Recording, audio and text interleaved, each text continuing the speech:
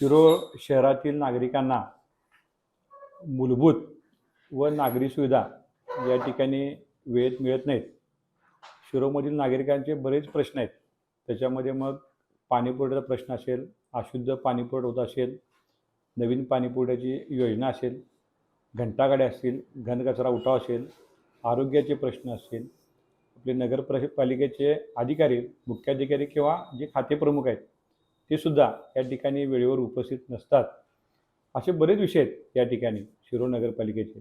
या मूलभूत व नागरी सुविधा नागरिकांना मिळाव्यात यासाठी येत्या 3 एप्रिलपासून मी छत्रपती शिवाजी महाराज चौकामध्ये या ठिकाणी धरणे आंदोलन करत आहे. त्या आंदोलनाला सर्वांनी पाठिंबा द्यावा असं या ठिकाणी मी आवाहन करतो.